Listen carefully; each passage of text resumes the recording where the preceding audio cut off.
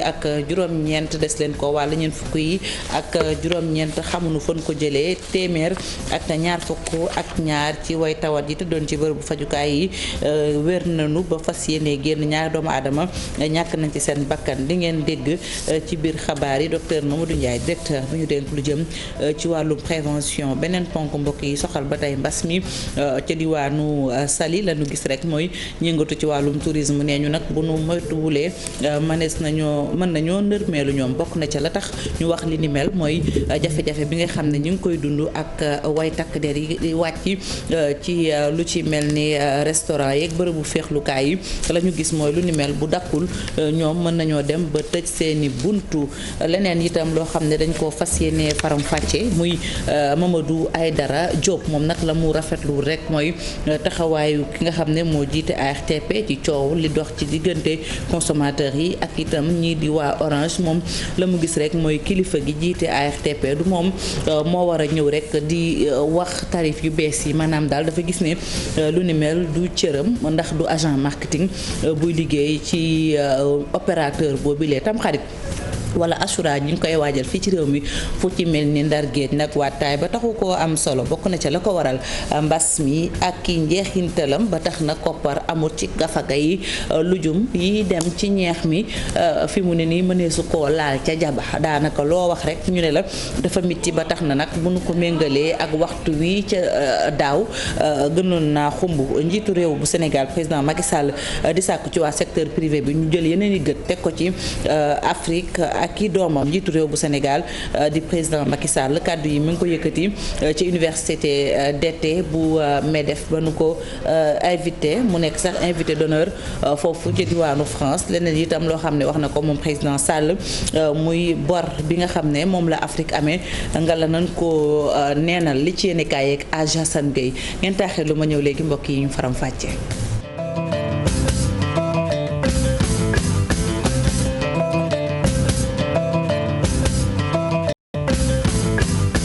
loo ci ànd bi ak kóolute bi ci télévision Futurs Médias xibaaru diggu bëccëg gi dañu koy doore ak tiis muy ca diwaanu Bambilor cité comico ñaari accident moo fa am benn ba di ab camion citerne moom dak moo daal di faat ab boulanger loolu nag mi ngi am ci RN 10 bi maanaam route nationale numéro 10 beneen accident ba am ab maçon la moom nag daal fa mu doon liggéeyee fa la ko courant massé ba mu ñàkk bakkanam loolu yëpp dinañ ci gën a dikkaat ci suñu yeneen jataayu xibaar ak sunu correspondant yi ñu teewal ca banlieue bu Ndakaaru mbas mi ak tolluwaay bi tey jii ci alxamis bi ñaar fukki fan ak juróom-ñaar ci weeru août bi ñu nekk Sénégal amatina ñeneen ñu yokk ci ñi amoon jàngoro ji di mbas mi ci lim téeméer ak juróom-ñett lañu juróom fukk ak juróom-ñeent yi dañ leen ko wàll ñeent fukk ak juróom-ñeent yi xamuñu fuñ ko fore ca yooyu jamono itam am nañu tëddoon ci bërëbu fajukaay yi téeméer ak ñaar fukk ak ñaar ci ñoom wér nañu ba fas yéene génn ñaar itam ñàkk nañ seen bakkan ni ki démb ci bésub àllarba bi ñeent fukk ak ñeent mu ne nii xaw na noo loof te jàngoro ji moo leen sonal bañ a nga Sowétas dañuy teewlu docteur Mamadou Ndiaye moom la ñu dénk lu jëm ci wàllum prévention mu yore kàddu bés bi ca ministère de la santé. ci junni ak ñaar téeméer ak ñeent fukk ak ñaar test yi nga xam ne jot nañ ko def ci laboratoire yi téeméer ak juróom-ñett ñoo ci positif yooyu am nañ ci juróom fukk ak juróom-ñeent cas contact. mooy ñi am feebar bi fekk dañoo jaxasoo woon ak ñu yore doomu jàngoro ji am nañ ci ñeent fukk ak juróom-ñeent li ñu tuddee cas communautaire mooy ñi nga xam ne am nañ ñi doomu jàngoro ji waaye xamuñ fuñ ko jëlee ñooñu nag seen lim ni la tëddee Kaolack am na ci juróom Ziguinchor am ci juróom Nord Foire am ci ñett Pikine am ci ñett Tambacounda am ci ñett Tivaouane am ci ñett Fatick am ci ñaar Mbour am ci ñaar Nioro am ci ñaar Rufisque am ñaar Dieuppeul am benn Fass am benn Grand Dakar am benn Kédougou benn Keur Massar am benn Kolda am benn Mariste am ci benn Mbao am benn Médina am benn Ngor am benn Wokam am benn Sacré-Cœur am benn Scat Urbam am ci benn Sokone am ci benn Thiès am benn Vélingara am benn Yëmbal am benn ak Yoff am ci benn téeméer ak ñaar fukk ak ñaar si malade yi ñu entré woon hôpital wér nañu bés ni ki tey dinañu génn bu ci yàlla àndee ñeent fukk ak ñett malade ñu nga ci réanimation ñaar a ñàkk seen bakkan bésu démb alarba ñaar fukki fan ak juróom benn ci weeru ut bi ñu nekk ñeneen ñi des hôpital ñu ngi am tan ci bésu tey dalee ko ci kaa bu njëkk ba Sénégal jot na woon ñi fukki junni ak ñett ak ñaar téeméer ak juróom-ñeent fukk ak ñeent cas mooy ñi nga xam ne jot nañ ci doomu jàngoro ji ci ñooñu nag juróom-ñetti junni ak juróom-ñeent téeméer ak juróom-ñaar fukk ak ñeent wér nañ si ñaar téeméer ak juróom-ñaar fukk ak juróom-ñaar ñàkk seen bakkan mu des ñeenti junni ak ñeent fukk ak ñaar si lalu hôpital yi wala ci loxo docteur yi. amal laata ñuy def màggal gu mag yi màggal ak Touba Mbacké di fàttaliku rek tukki ku tedd ki di ci Amadou Bamba Khadimu Rasoul ñu ne nag ren jii dafa am ci jamono joo xam ne mbas mi dafa lëmbee jamono ba tax na ki yore kaddu xalif général des mourides di Serigne Bassirou Abdou Khadre di sàkku rek ci taalibe yi ngal la ñu def nañu ko docteur santé maanaam solub masque dandati ko moytu dajaloo bi loolu nag ñu ngi ko yëkkati foofu ci diwaanu Njaareem ci CRD bi fa amoon ci ni ki démb ñu wéyal xibaar yi ba tey wax itam ci mbas mi ak foofu ci diwaanu Matam ñetti weer gannaaw ba nu amee seen cas bu njëkk foofee itam la ñu gis rek moo ñu yore bërëb bu fajukaay yi dañu yaam jafe-jafe yi nag aju ci jumtukaay yi nga xam ne dañu koy soxla bu nu sukkandikoo ci médecin chef bu région ba mu ne nag structure de santé maanaam bërëb bu fajukaay yooyu faaw rek ñu gën leen a dooleel ngir ñu dugal seen loxo ci xeex bi dañuy dem ci diwaanu Matam ngeen baal ma fekki fa Ali Bandel Niang. luñ ko yore wàllu wér-gu-yaram doon sàkku ci askan wi ñu gën a takkuwaat ngir xeex ak mbas mi organisation humanitaire bi di action contre la faim daal dinay réorienté koppar yi mu yore woon ngir liggéey ci lu ñeel wàllu xeex ak coronavirus. waaw comme ni nga ko waxee ñun xeex xiif moo ñu tax a jóg wante bi ñu ñëwee feebar bi surprendre ñu bi mu ñëwee dañ ko jël ak philosophie parce que comme ni ma la ko waxee dañuy liggéey ak waa région médicale donc lépp loo xam ne yitteel na leen ñun dañuy orienté suñu appui ci loolu noonu bi mbas mi ñëwee ñoom ñu xool ne dañoo nekk ci xeex boobu noonu dañoo xool ak suñuy bailleur nan la ñu war a réorganiser ak nan la ñu war a réadapter activités yi ñuy def ba ñu orienté ko dans le cadre de la Covid-19 moo tax tey jii ni ñu am approbation suñu bailleur bi pour ñu mën a def ndimbal lii nii ci région médicale. merci. di ab jéego bu am solo mu ami loolu dayoo ci xalaatu médecin chef région médicale bu Matam bi nga xamante ni li ko ci gën a rassuré sax bokk na ci ni poste de santé yi enclavé jamonoy nawet nga xam ni yenn ci jumtuwaay sax dafa commencé woon ñàkk. li ñu ci gën a neex mooy ci partenaire bi nga xam ni dafa ànd ak ñun wàcc ba ci suuf dem ba ci poste santé yi. xool saytu lu ñu soxla yéeg ak ñun pour mën def planification pour ñëw jàppale ñu tey loolu tax nag moment bi mu ñëw aussi daf ñu amal njëriñ trop parce que comme ni mu la ko waxee xeex bi boobu léegi bu ñu ko sum boobu léegi doole bi ñu commencé wàññeeku donc moyens ñu ngi commencé wàññeeku et bu ñëwee instant bi nii aussi moment bi nga xam ne aussi ñu ngi am ay cas donc day gën a dooleel donc daf ñu gën a neex donc njëriñ bi moom weesu nañu ko wax mais leneen lu mu si gën a neex aussi mooy ñoom yemuñu rek si ñëw ne ñu li la leen jox dañu engagé wu aussi ne dañuy jàppale ci livraison dem ba ci poste yi fi ñu nekk joxe xam nga tey ci nawet lañu nekk am na zone yu bëri nga xam ne ndox bi tey pour egg fa dafa jafe mais ñoom dañu engagé ba yóbbu ba foofu eggale ko jox pour nit ñi aussi xam ne li ñu leen jagleel egg na ba ci ñoom. juróom-ñett at gannaaw seen liggéey ci biir Matam ngir xeex ak xiif ak malnutrition ONG française bi léegi kon jamono yi taxaw na tànk ngir renforcer mboolem segment dispositif yi ñu samp ci biir diwaanu Matam ngir xeex ak mbas mi rawatina ci bépp collectivité. Ali Bandel Niang dañu des ba tey ci mbas mi ak tolluwaay bi ca diwaanu Sine itam gis nañu ne bi mu duggee ci réew mi ba léegi ñoom am nañ ci juróom-ñaar fukk ak juróom di limu doomu aadama yi ko amee juróom-ñett ya borom bi def na liggéey ñu ñàkk seen bakkan waaye nag lañu seetlu mooy jàngoro ji di mbas mi ña bu gën a sonal mooy mag ñi ba tax na foofu itam ci diwaanu Sine ña nga takku ba dëgër di waxtaan ak seen mag yi nga la rek ñu moytu li ni mel li nag dañ ci ànd ak ñoo xam ne dañ leen di jàppale ci xeex bi ca diwaanu Sine dafa toogal groupe Futurs Médias Aminata Goudia bi lay wuyoo ànd ak Abdou Karim Bey ci caméra bi. mujj yi fii ci région bu Fatick liñ fi am ay kaawu coronavirus xaw naa bëri fi mu ne sax nee ñu lu tolloog fukki nit ak juróom-ñaar ñoom la ñuy faj ci centre de traitement des épidémies bi nga xam ni moom moo nekk ci hôpital régional bu Fatick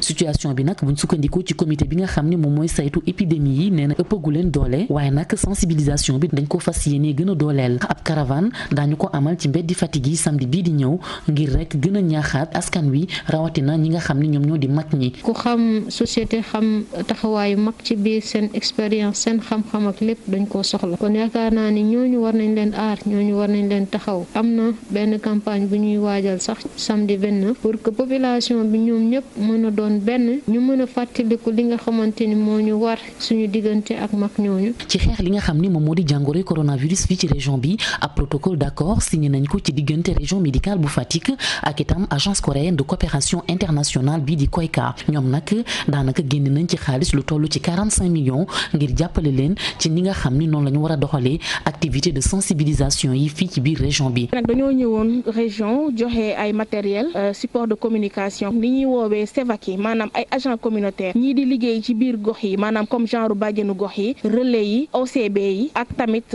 mën a seen liggéey ñu mën koy mandargaal seen liggéey mën a am trace nit ñi mën a xam ni dëgg-dëgg ni feebar bi am na te ñu mën tamit xam yan méthode la ñu war a utiliser pour feebar bi mën leen a bañ a dal. indi nañ tamit xaalis bu toll ci 34 millions te matériel bi ma fi lim sànq toll na ci 10 millions. agence coréenne de coopération internationale di KOICA nag ñoom nag ci atu 2019 la ñu tàmbalee di intervenir ci région bi li nga xam ne nag moom moo di projet bi ñu fi taxawal moom moo di gën a dooleel wérgu yaram gi ci jigéen ñi ak itam ci tout tànk yi. Aminata Goudiaby ñu sant la bu baax gërëm la wax itam ci leneen loo xam ne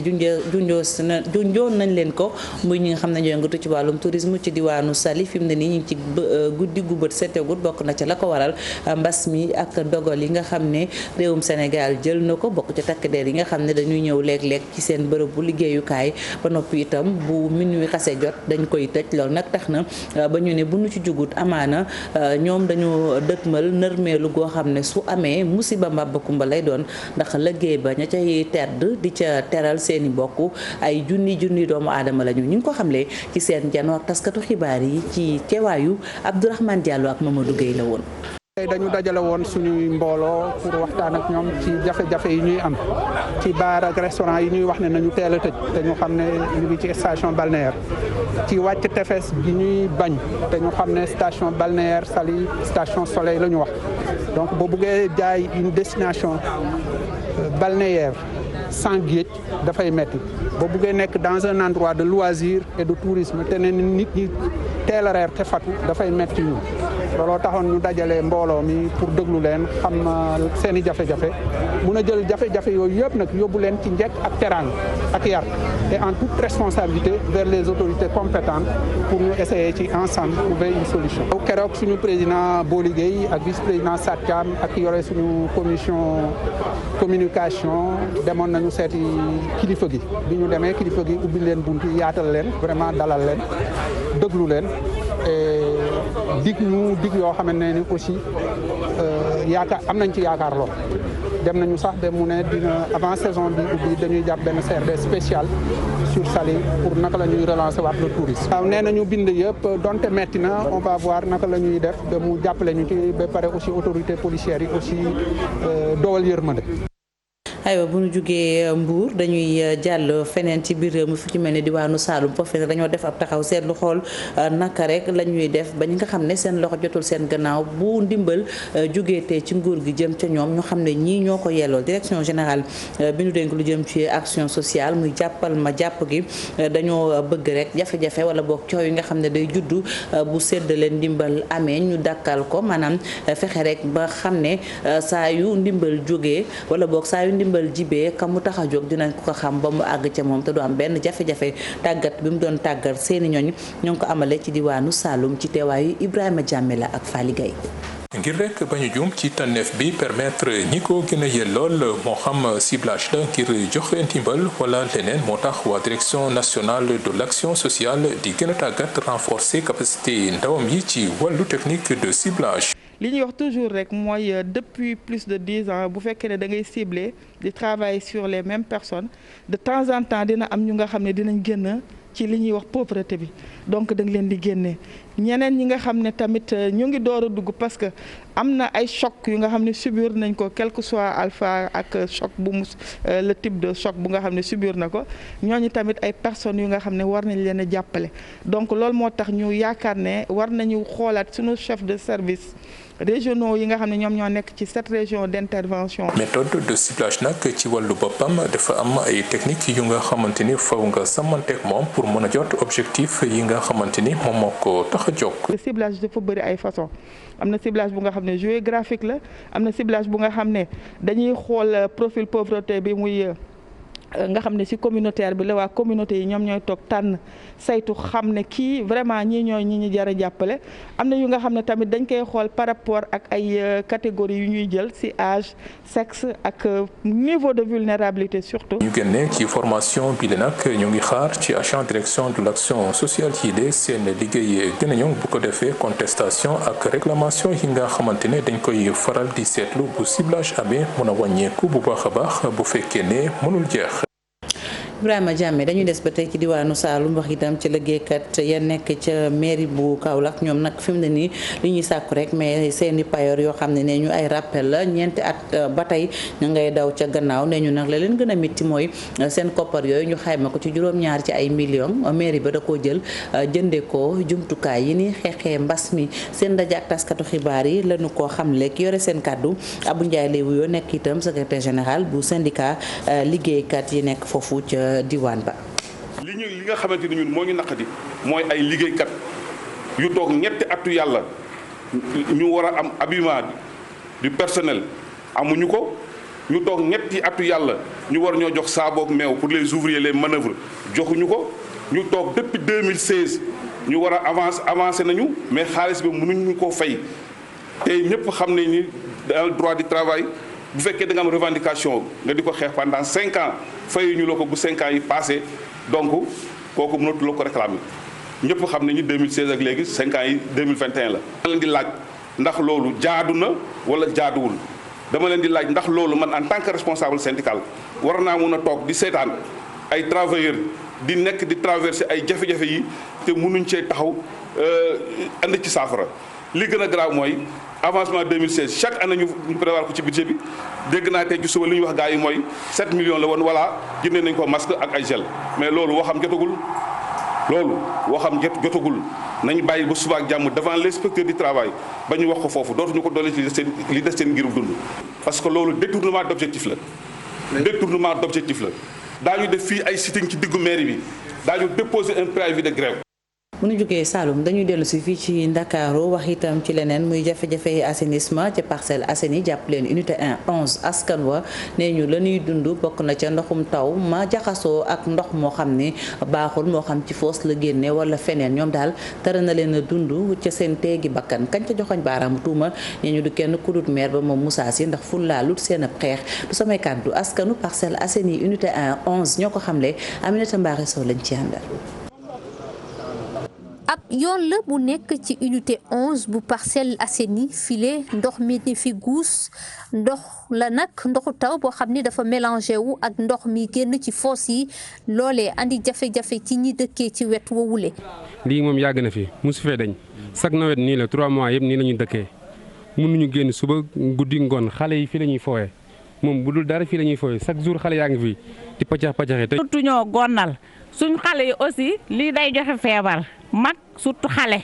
bu weesoo xet mu bon moomulee jafe-jafe ci wàllu wér-gu-yaram tamit mën na caa jóge surtout nag ay xale dañ ciy faral di foo. lii mun naa indi sax lu raw corona boo koy noyyi ku ne fii la lay jàpp ci put fii waaw meew munu ci dara dañoo sonn ci lii. parce que feebar baa ngi nii corona bu rëmbee nit ñi kon nag lii bu ci dollee ko dafay gën a metti ci ñun. ñoom ñuy joxoñ baaraamu tuuma mairie bu Parcelles Assainies. war nañoo yërëm nit ñi ñu defar lii bu duwut mag ñi sax nekk xale yi.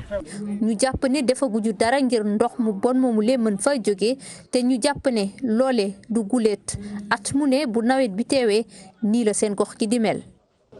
aywa Aminata Mbaye Sow ñu wax ci ñeneen ñu mer ba futt mooy liggéeykat yi nekk wala boog ñenn ci liggéeykat yu hydraulique maanaam lu jëm ci wàllum ndox mi fii ci Sénégal nee ñu nag ñoom daanaka jege nañu juróom-ñett fukk ak juróom bu nu ko ëppale at a ngi nii ñu topp ci gannaaw nguur gi di daw ngir rek ñu daal di leen utal ay këyit ñoom liggéeykat yooyu ñu ne nag lu ëpp ca forage yi fii ci Sénégal maanaam téeméer boo jël juróom-ñett fukk ci ab liggéey ñoo koy def ko yore seen kàddu di Babacar Ly mooy secrétaire général bu seen collectif kaddu yi ñu ngi ko yëkkatee ci diwaanu Njàmbur ca teewaayu Thierno Fall ma toogal télévision Futur Média ca Louga Lo. On ne peut pas concevoir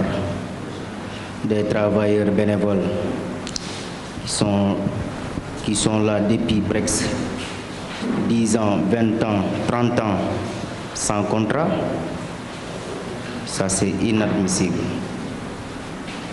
Et pourtant, 80% du travail se fait par les bénévoles. Sans les bénévoles, les forages ne fonctionneront jamais. Et les bénévoles qui interviennent dans les forages sont 2 à 3 fois plus nombreux que les agents de l'hydraulique. jégalu bu baax ci élément bi mu mel ne bu français bi la waaye yaakaar naa ni jàpp ngeen kàddu yi ci gën a fës rek mooy lanu ñaawlu mooy ñoom nee ñu liggéey bu ëpp ci forage yi fii ci Sénégal maanaam la ëpp ci liggéey ba ñoom ñoo koy gàddu ci seen ndodd ba noppi itam amuñu ay kayit yu wóor mer ba futt moo tax itam ñu def seen ab ndaje ci diwaanu Louga di woo kilifa yi ñu àddu ci li ni mel. beneen coow bu fi juddu diggante Orange la ak opérateur yi Mamadou Aïdara Diop moom nag rafetluwul benn yoon taxawaayu ki jiite ARTP bu ñu sukkandikoo ci moom ne kilifa ARTP bi dafa jàpp rek ne ab agent marketing bu Orange la ba tax na mu yëkkati kàddu di wax nag njëgug seen tarif yu bees yooyu lee moom mi président d'honneur bu kuréelu ko liggéeykat yu Sonatel dafa jàpp rek itam ne Y'en a marre kàddu yooyu ñu yëkkati woon di woo askan wi ñu boycotté maanaam gedd mbiri Orange yooyu mu ne gisut ni daal warees na ko mën a def ñu teewlu ko mu nekkoon ganuk info du matin ci télévision Futur Média Chérif Dia ak Youssou Baro ñoo taataan ay kàddoom. Sonatel si wàllu droit code des télécoms Sonatel am na sañ-sañu def li mu def ARTP mën ko koo bañal maintenant li la droit may na la ko mais bu coow li jógee nit ñi wax jaadu na ARTP dugg si mais bu mu si duggee amul pouvoir jox injonction Sonatel ne par force da ngay dindi lii parce que code téléphone mayu ko. te man sax dama jàpp ne bon ARTP manoon naa waxtaan ak Sonatel mais ARTP amul benn yoon di nañ ma baal waa ARTP nekk agent marketing mu Sonatel parce que ay offre Sonatel boo ko war a publier moo ko war a argumenté mais bu ñu demee ba ARTP dem woote conférence de presse di publicité ay offre Sonatel dafa génn si li nga xam ne mooy cëram. waaw Y'en a marre moom samay xarit la ñu liggéey naa ak ñoom en 2010 2011 xam naa Fadel bu baax xam naa ñoom Simon xamante nañu liggéey nañu liggéey bu mucc ayib en 2010 2011 mais am nañ sañ-sañu woote boycott mais kii déterminé mooy client bi te man jàpp naa ne client bi lii ko Sonatel di offrir ak yeneen opérateurs yi moom mooy arbitré maa moom sama poche maa moom sama njëg fa mu neexee te baax si man fa laay dem. donc loolu wax consommateur la Y'en a marre mën naa wax lu ko neex waaye ko mënula jël consommateur. Tamxarit ñu ngi koy waajal fii ci Sénégal ci diwaanu Ndar Géej moom la ñu gis rek mooy waajtaay ba taxu ko am solo Ousseynou Diop moo doxantu ca Jaba la mu gis rek mooy njëgu lujum yi ni soxla ngir defar cere ji dafa xaw a seer lool ba tax na nee ñu li ci gafaka gi daanaka mëne su koo def ci jab yi loolu nag li ko waral xam ngeen ko muy mbas mi ak tolluwaay bi nee ñu bu jamono mësaana neex ci waxtu wi waajtaay yi day takarnaase fi mu ne nii nag dañoo gis ne mbir mi askan wi dañ cee ànd ak tey dañuy dem ca ndax géej fekki fa Ousseynou Diop ak Habib Seck. fan dong des ci wàllu tamxarit bi marché bi jamono jile da daan xumb waaye ren jile loolee nemmeekuwun ko jaaykat yi nag ci seen i gis-gis gisuñu ñi nga xamante ni ñoo war a ñëw dënd ndugg yi nga xamante ni moom la ñu war a booleeg lii di tamxarit bi. mais nag affaire bi wuute na bu baax bagage yi seer na njaay mi dara doxagul ñoo ngi nii toog tuwaar fa kàll doxul barki démb doxul démb tey nag yàlla xam ndax tey moom danoo teel. Njéeme Diop jaaykat la nee na moom ñi nga xamante ni ñoo jigéen yi ñu ngi ñëw ci marché bi waaye nag ñu ci bari ci ñoom koppar yi ñu xamante ni moom la ñu waroon jëndee loolee amuñu ko tax jafe-jafe am ci wàllu ko njaay mi. waaw ñu ngi koy préparation bu neex waaye ndugg yi cher na torop ndax loo yëkkati rek dana naan dafa cher ñi koy jënd da ngay wax a wax ba sa dënn daanu. mbasum coronavirus bi nag am na loo xamante ni andi na ko ci wàllug ndugg bi nga xamante ni moom la ñu waroon ndugg ci wàllug tamxarit bi ñaaña Njaay moom la mu gis mooy jafe-jafe bu mag la am njàqare itam ginnaaw ba mu ñëwee doon ndugg jëm ci wàllug tamxarit bi. gaa ren moom dafa cher trop ndugg bi cher na trop waaw daaw moom moo dàqoon si tamxarit wante moom ren moom macha allah ndugg ren moom tamxarit bi dafa metti ndax ndugg bi dafa cher. Yaram Fall nekk ci marché Ten Jigéen moom nee na ay at a ngi ni muy jaay ci marché bi waaye li mu gis leen jile mosu ko gis. bi ñu ngi koy waajal comme ni ñu ko daan waajale mais pour le moment moom gisuñu kenn ndax feebar bi dafa def si joué bu baax a baax te jur gi jafe na yàpp bi seer na waaye gisuñu benn client wax dëgg yàlla. xarit bi ak waajal bi metti na lool ñu ci bari la jàpp ni coronavirus bi moo ko waral ndugg mi cher ndaw li itam naka noonu. Ousseynou Diop ñu sant bu baax gërëm la des ba tey ci xibaaru diggu bëccëg gi wax itam ci leneen fitna gu nu nemmeeku ay bés yi nu génn taxawaay yoo xam ne léeg-léeg sax bakkan tey rot moo xam ci kër yi wala ci mbedd mi télévision Futurs Médias def taxaw seetlu laaj ana lan moo ko waral lu ci mën am ci diwaanu Pikine moom ñenn ñu yor kaaraange gi wala boog ñiy wattu kaaraange askan wi ne ñu nelaw ba yandoor jafe na leen ñu ngi sàkku rek ci yenn ci wayjur yi ngale rek ñu xoolaat nekkin yi ak gune yi ci kër gi yooyu wayjur itam ñenn ci ñoom am nañu njàqare ci ëllëgug seeni doom dañ ciy ànd ak Abi Faye Modou Diop ñoo ñu defal gëstu bi ci diwaanu Pikine. lim gi na mu yokkee du loo xamante nit des nañ koy faral di gis fii ci mim réew ñaar ci ay ndaw ñàkk nañ ci seeni bakkan lii ëlëb na lool xeluk ñi di parents d'élèves yi doore ko itam ci président APE bu école El Hadj Elimane Ndiaye fare fii ci diwaanu Pikine moom bés gu jot la nga xamante nit moom lay njëkk a nekk ci xelam rek moo di ñàkk kaaraange googee. man dama yaakaar ne parents yi si wàllu boppam dañu am loo xam ne dañ ko bàyyeeku par rapport ak nañ daan gérer xale yi quoi. manque de surveillance dong la xale am na âge boo xam ne bu fa tolloo da nga ko war a gérer da nga ko war a gérer à bas âge xale bi am 7 ans ah 7 ans nee nañu xale bi da nga ko war a neexal ba 7 ans. Ndiasse Gueye lay wuyoo mu ne jël na mbir mi ak loxoom gannaaw ba nga xamante ni douanier bi def na jëf ji doomam ji. am na loo xam ne vraiment en tant que père de famille am na loo xam ne boo koy interpréter say wax man vraiment dootuma la jox benn fullo quoi. mu ne faaw rek ñu dellu siwaat ci suñu xel te it jël problème bi def ko suñu mbiruk bopp. am na noo xam ne dama ko condamner population bi il faut que ñu jéem a xool nan la ñu mën a def pour sécuriser les enfants c'est-à-dire de l'enfant de chez lui à l'école de l'école à la maison il faut que ñu am des kii sécuritaires yoo xam ne mooy mën a permettre enfant bi pour ñu xam ne heure bii lay wàcc ñu dem jëli ko heure bii lay jàngi ñu indi ko. njàkkare ba léegi mi ngi ci xel yooyu rawatina itam ci waajuru ndongo yi moom mu leen di ñaan rek ñu am déggoo gu ñuy am seen diggante ak seen njaboot yi. dañu war a nekk complice sa doom sa jabar dañu war a nekk sa xarit à chaque fois que problème am na war nga mën a toog ak ñoom waxtaan ak ñoom. jafe na ngir nga am jamono joo xamante nit parents ak élèves des nañuy waxtaan loole lépp lu ko waral moo di moytonte gi ndax kàddu yi ñagas yay faral di am di waxi Ndiasse Gueye ci loolu itam mu ne faaw rek ndaw mi ñu teel ko yar ca ba muy tooy. fay ñu sant la bu baax gërëm la wax itam ci leneen muy njiitu réew bu Sénégal moom président Macky Sall di sàkku rek ci secteur privé bi ngal la ñu jël yeneen i gët teg ko ci Afrique ak i doomam moom njiitu réew bu Sénégal itam xam ngeen ni kàddu yi mu ngi ko yëkkati ci université d'été bu MEDEF ca diwaanu France foofee lanu ko fa def sax ab invité d'honneur moom njiitu réew bu Sénégal itam ba mu jëlee kàddu mi ngi dellu siwaat rek ci ngal la bor bi nga xam ne Afrique am na ko ñu neenal ko ñu teewlu son excellence. Il y a une Afrique qui bouge. L'Afrique émergente est loin des stéréotypes qui la présentent. li ñenn ñi foog du moom moo nekk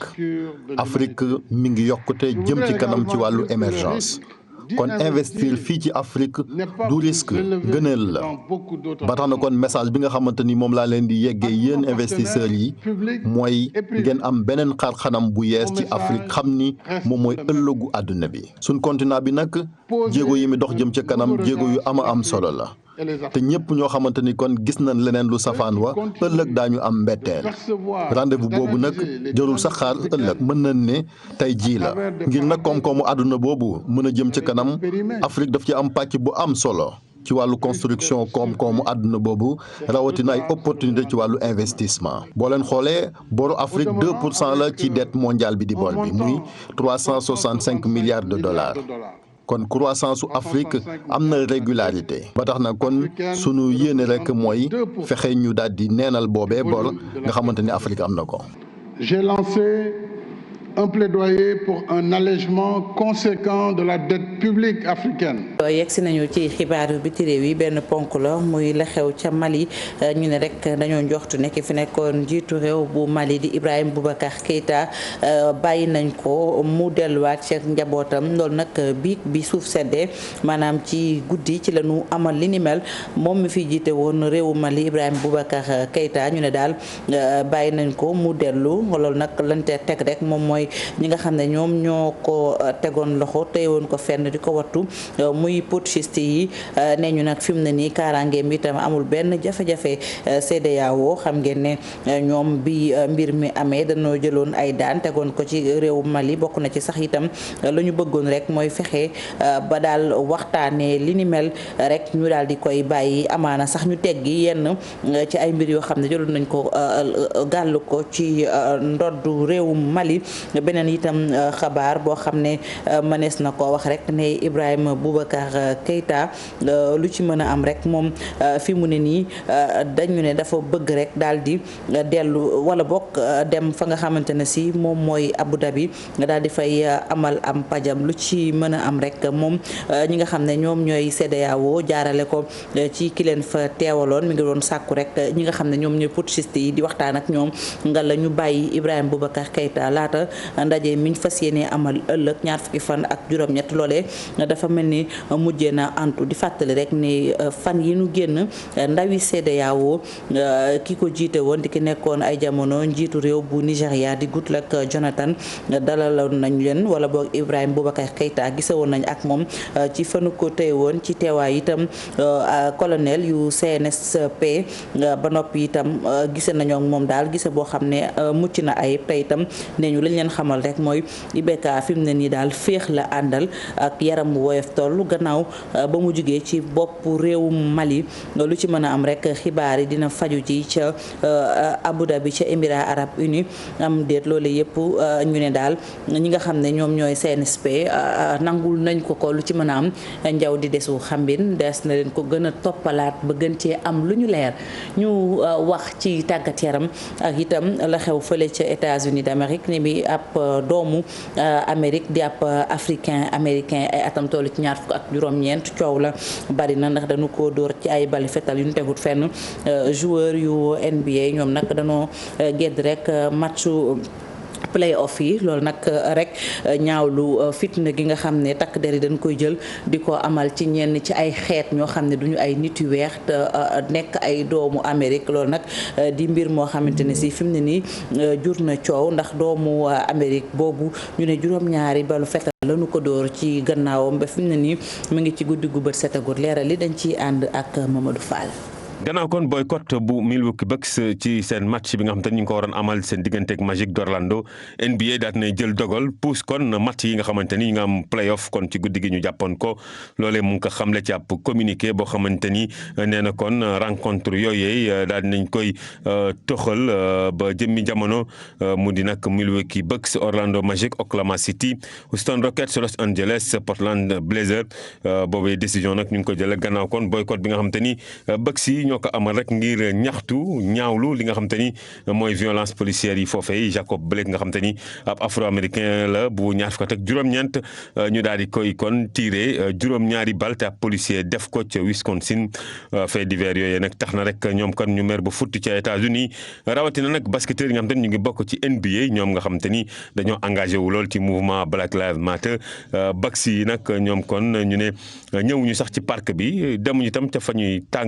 échauffé wu dem ñu tam te fa ñuy tàngatoo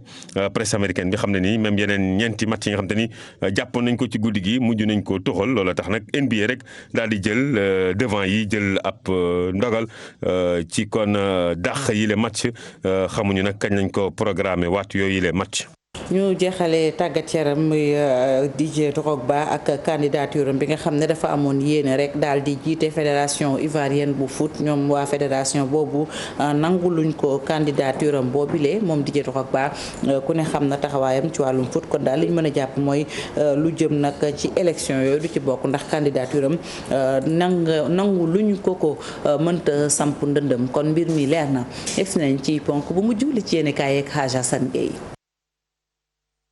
màggaluk Cheikhul Khadim gi yéenekaay bi di laas xëy jàpp ne ku tedd ki ca Touba Serigne Mountakha Bassirou Mbacké jibal nëb ndigal lu jëm ci ne màggal gi lépp incha allah dina lalu ci mesure barrières yi maanaam matuwaayu fagaruy kër docteur digle masque ya ak raxasu gi ci la yéenekaay bi ne dinañ ko màggal googee màggal ci Les Échos porte-parole yoon wi Serigne Bassirou Mbacké moom Serigne Abdoul Khadr di ci indi leeral ci ne mbir mi moom ki ci yore kàddu gu mujj gi xalifa bu tedd bi la Serigne Mountakha Bassirou Mbacké moom kilifa gi di fàttali kàdduy xalifa bi ci mbas mi teewee mu ne ndawal sunu borom la ca bu mission jeexee mu wàññiku moom ku tedd ki Serigne Bassirou Mbacké moom Serigne Abdoul Khadr nataalam ñu fekk ko ci Vox Populi mu naan ca màggal gi mooy sunu feet ak indépendance di bis bi ëpp solo ëpp dayoo ci murit màggal gi mooy xew-xew bi gën a ràññiku ci Afrique xalifa bu tedd bi mu ne mu ngi soññi ñëpp nag di ñaax ñëpp ci colum masque yi La Tribune ak yooyee dénkaane xalif général kulu murit ci wàccoog matuwaayu fagaru kër docteur gis ne Serigne Mountakha Bassirou Mbacké mu ngi ñàkk Touba médecin chef diwaanu Njaareem di ko ca jàppale docteur Mamadou Dieng ba tey ci La Tribune di ci fàttali ne corona baa ngi fi ba tey ci réew mi di defi lorangeem ak i musibaam ak it di law ci Sénégal kon na ci ñëpp jàpp ci wàllu ñaaxe geeg yeete gi ngir moytu gi dinañ nag jëli matuwaay mu ne ci bërëb bi mbooloo yenn yu ci mel ni jumaa jàg la ko wër ci résidence yi ca kër Serigne si naka noonu it ci garage yi ak marché yi enquête yéene kaay ne leneen lu kilifa yi bëgg indi saafara mooy jafe-jafe kër docteur ci kanamu ñi lànk defi test Covid 19 matuwaay beneen bu ñu jël mooy tereem njaay ci fépp fu tofoog am mbooloo lu toll nag ci téeméer ak juróom fukki bërëb yi paj ak nemmeeku dinañ ko sanc ngir askan wi wàllu politique waxtaan yi ñeel dialogue national bi l'observateur xëye wotey gox-goxaat yi nu dëgmal ak ndëgg sërëx yi ci mën a am su fekkoon ni dañu ko toxal rapport final bu commission bi nag di waxtaanee politique ci dialogue bi yéene kaay bu groupe Futurs Médias njort mu dugalaat géew politique bi ci réeroog wërwërloo ndax bokk na ca poñ yenu juboo ñu ne audit fichier bi ak xayma anami wote win ci réew mi loolee opposition bi moom la teg ne amul bàyyi ngir mën a bokkati fii ci Sénégal ci yeneen i élection ci ñu ne loolee du am lu may dañoo toxal local yi yéene kaay bi njort kon lii lépp xajamal liggéeyub général Niang ak i collaborateur am Les Échos ñëw ci poñ yenu juboo ak yi gindi ko amagul ca yooyee waxtaan politique yéene kaay bi ne bokk na ci la ñu maase ànd di léegi lu ñeel marche muy doxi ñaxtu yi su terey am kilifa yi ñetti fan laata ndaje mi lañ ko war a def jibal na nit ay xalaati digle ci yëraat gi war ci article 80 arrêt Ousmane Ngom ak lu ci mel ni liy ñàkkloo léeg-léeg yenn kilifa seeni droit politique ak civil fa juboo amagul nag mooy ci anami wutug maire bu faatu ak it ci mbootaay gi war a organiser élection Sénégal yéene kaay bi ne tey nag li ñuy waxtaane mooy cumul gi maanaam booleeg ndomba tànk bu président ak président parti wotey gox-goxaan yooyee Le Quotidien moom la mu ca njort mooy bi yoon liste yi bari lool